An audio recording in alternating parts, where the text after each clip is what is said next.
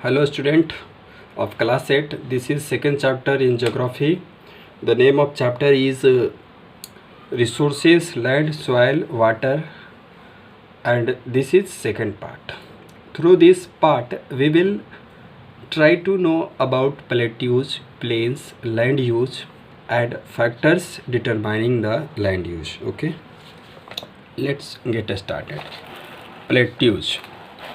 A plateau is a broad, flat area of land rising sharply above the surrounding lowlands. Some plateaus are very vast, covering thousands of square kilometers. The higher plateaus are either desert or suitable for cattle grazing only. Agriculture is possible only in the low plateaus. Plateaus are mostly a storehouse of minerals. Plateaus का अर्थ हिंदी में पठार होता है तथा plateaus धरती का वह स्वरूप होता है जो विशाल समतल क्षेत्र में रहता है तथा अपने आसपास के भूमि की अपेक्षा यह ऊपर उठा हुआ रहता है। कुछ प्लेट्यूज़ बहुत ही विशाल होते हैं तथा हजारों किलोमीटर में फैले होते हैं। कुछ जो ऊंचे प्लेट्यूज़ होते हैं वो मरुस्थल भी होते हैं, मीन्स वहाँ पर किसी प्रकार का पेड़ पौधा नहीं पाया जाता है तथा कुछ ऐसे होते हैं कि वहाँ पर मात्र मवेशियों के जो चारे होते हैं, घास होते हैं, ग्रेजिंग, वो सिर्फ उसके लिए उपयुक्त होता है। एग्रीकल्चर भी कुछ प्लेट्यूज़ में होता है तो वह प्लेट्यूज़ के जो ढलान है, जो लो एरिया है, वहाँ पर मात्र कृषि होते हैं। अधिकांशतः जो प्लेट्यूज़ होते हैं वह खनिज के भंडार होते हैं, उनमें खनिज के भंडार छुपे हुए होते हैं, right. The Brazilian plateau and Bolivian plateau in south America and the Arabian plateau, Deccan Plateau and Tibetan Plateau in Asia are some of the famous plateaus in the world. अब ये जो ब्राज़ील का plateau है, Bolivian plateau जो south America में है तथा Arabian जो प्लेट्यू है, दक्कन प्लेट्यू जो इंडिया में है तथा तिब्बतियन प्लेट्यू को तो हम लोग रूफ ऑफ द वर्ल्ड भी कहते हैं, संसार के छत के नाम से भी जाना जाता है, जो एशिया में है। दक्कन प्लेट्यू, तिब्बतियन प्लेट्यू, ये दोनों एशिया में है। यह संसार के कुछ प्रसिद्ध प्लेट्यूज़ में इनका नाम आता है। और ये तिब्बतियन प्लेट्यू तो इसका जो हाइट है वो एवरेज 6000 मीटर के आसपास में इसका ऊंचाई भी है। Now plains are relatively low and flat areas on the earth's surface. Most of the plains in the world have been formed by the rivers originating in the mountains. The plains are very fertile and suitable for crops. Okay, plains जो होते हैं वो थोड़ा पहाड़ों की अपेक्षा तथा पठारों की अपेक्षा यह लो एरिया होते हैं तथा समतल क्षेत्र होते हैं। अधिकांशतः जो प्लेन्स संसार में के हैं वह माउंटेन में से जो नदियाँ आती हैं, नदियों के द्वारा ही समतल मैदानों का निर्माण हुआ है। जो समतल मैदान यानी कि प्लेन्स जो होते हैं बहुत ही उपजाऊ होते हैं तथा कृषि के लिए, फसल के लिए बहुत ही उपयुक्त होते हैं।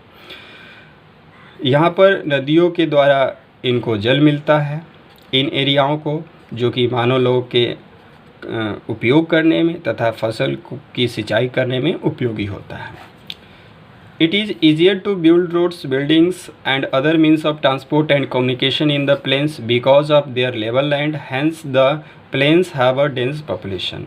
और ये यहाँ पर यानी कि प्लेन्स में सड़क बनाने में, भवन बनाने में तथा यातायात के साधनों के लिए, संचार के साधनों इत्यादि हेतु ये प्लेन्स जो है बहुत ही आसान होता है, क्योंकि यहाँ पर जो लैंड है वो लेवल लैंड है, एक तरफ समतल मैदान है।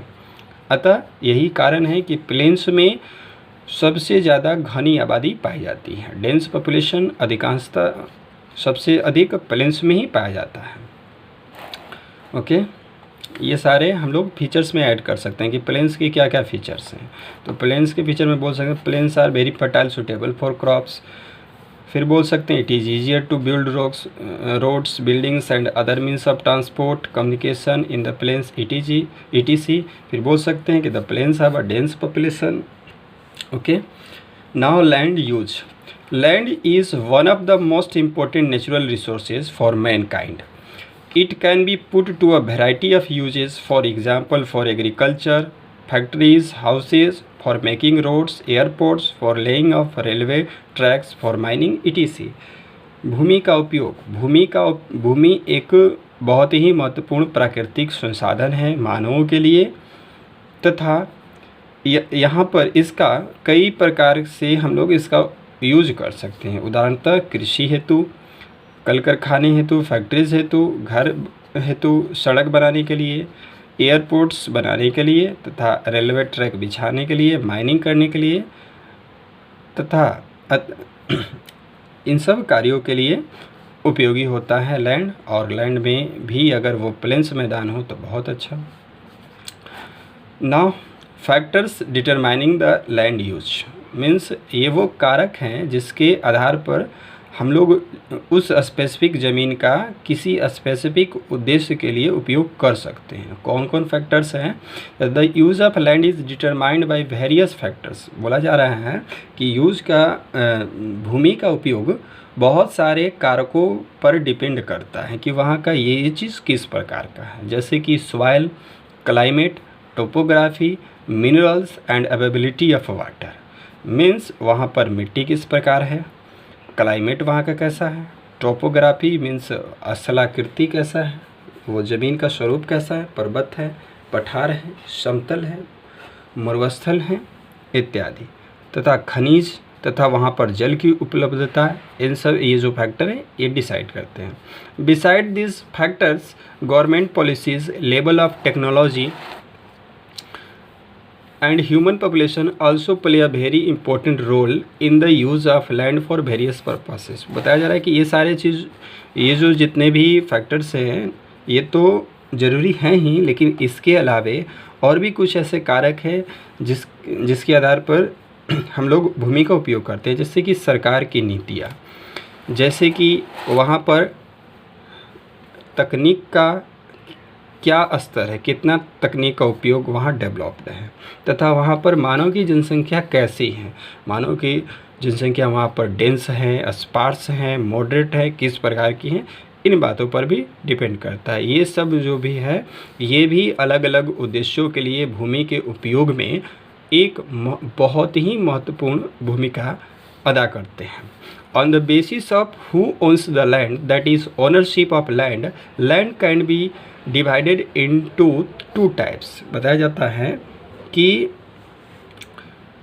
मालिकाना हक के आधार पर कि उस ज़मीन के मालिक कौन हैं, इसके आधार पर ज़मीन को दो हिस्सों में बांटा गया है। मीन्स भूमि को दो हिस्सों में बांटा जाता है।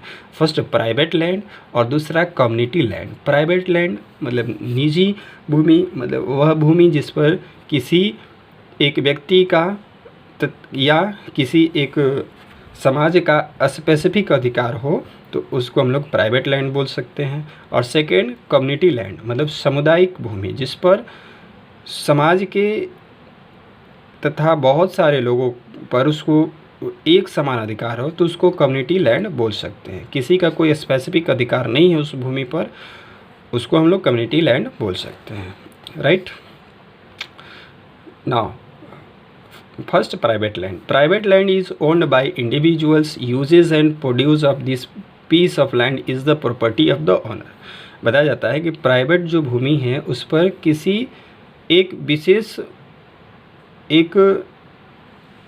विशेष वर्ग के लोगों का अधिकार होता है, मालिकाना हक होता है उनका उपयोग करने का, तथा उस ज़मीन के किसी अलग भूभाग को बेचने का भी अधिकार सिर्फ उसी विशेष लोगों को होता है, तो उसको हम लोग प्राइवेट लैंड कहते हैं। उदाहरण के तौर पर the kitchen garden on your house plot is the sole property of yours.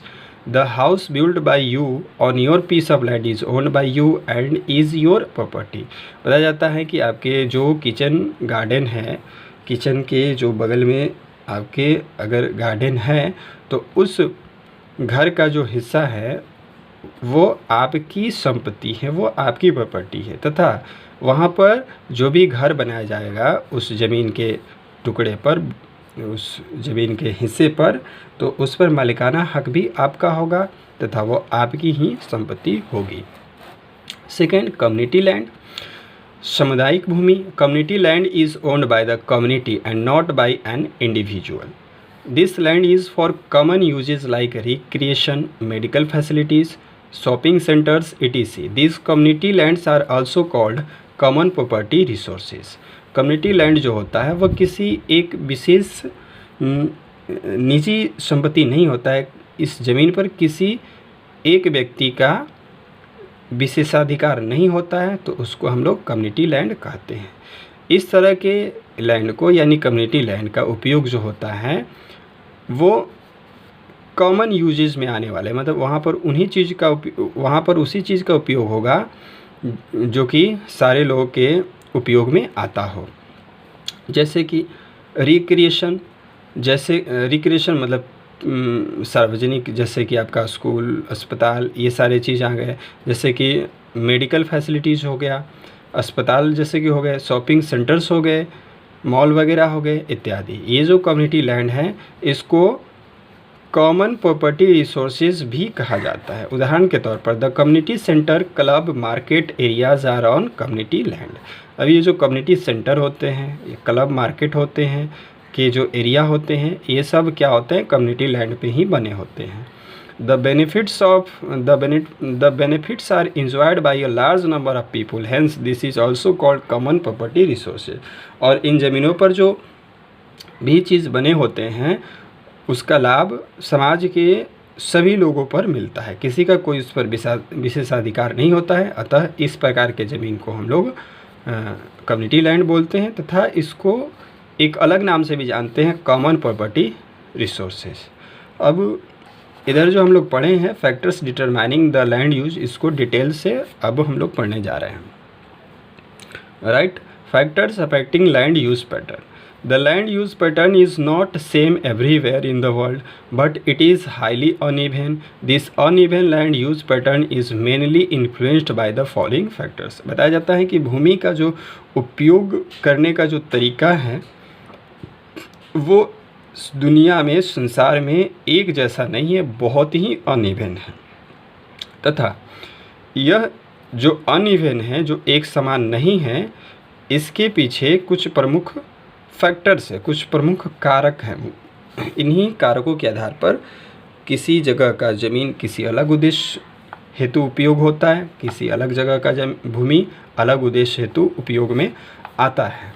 जैसे कि यहाँ पढ़े हम लोग soil, climate, topography, same cheese. Factors affecting land use pattern, first climate, topography, types of soil, availability of water, minerals, technology and human resources. Okay, one of them is climate.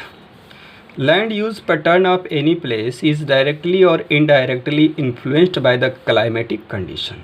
भूमि का उपयोग करने का जो पैटर्न है, तरीका है, वो किसी स्थान के भूमि का उपयोग करने का जो तरीका है वो प्रत्यक्ष या अप्रत्यक्ष रूप से उस स्थान की जो क्लाइमेटिक कंडीशन है उस पर डिपेंड करती है, उस पर निर्भर करती है।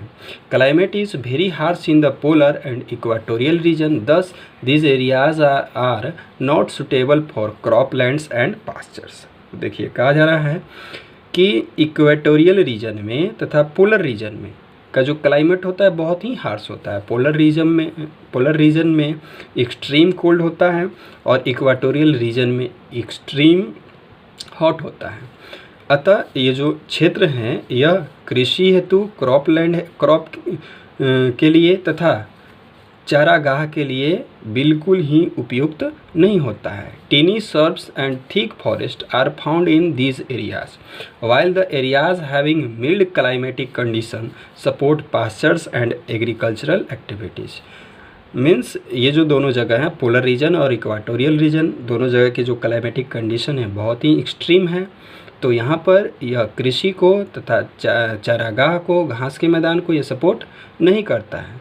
अतः यहाँ पर जो क्या होते हैं, यहाँ पर टीनी फॉरेस्ट होते हैं, टीनी सर्ब्स होते हैं, छोटे छोटे झाड़ी वाले पौधे होते हैं तथा बहुत घने जंगल इन एरियाओं में पाए जाते हैं। जबकि वैसे स्थान धरती के जहाँ का क्लाइमेटिक कंडीशन मिल्ड हो, मतलब न ज़्यादा गर्मी न ज़्यादा ठंड वाला सिचुएशन हो, कंडीशन हो, तो वहाँ पर एग्रीकल्चर एक्टिविटी भी ठीक होती हैं तथा वहाँ पर पैस्चर्स भी ठीक होती हैं।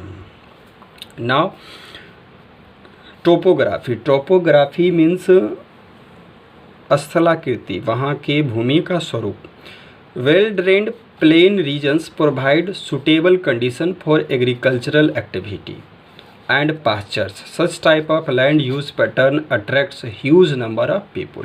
अगर टोपोग्राफी में अगर प्लेन हो और प्लेन में भी वेल ड्रेन्ड मतलब सिंचाई की सुविधा वहाँ पर ठीक हो, जल का उपलब्धता ठीक हो, तो वहाँ पर कृषि संबंधी जो भी एक्टिविटीज़ हैं वो सुटेबल होता है, वह स्थिति कृषि लायक सुटेबल होती हैं और चारागाह हेतु सुटेबल होती हैं। अतः इस प्रकार के जो ज़मीन होते हैं यहाँ पर अधिकांश संख्या में लोग जो हैं इन्हीं तरह के स्थानों में रहने को पसंद करते हैं, वहाँ पर रहने को आकर्षित होते हैं। ठीक है, आज यहीं तक रहने देते हैं।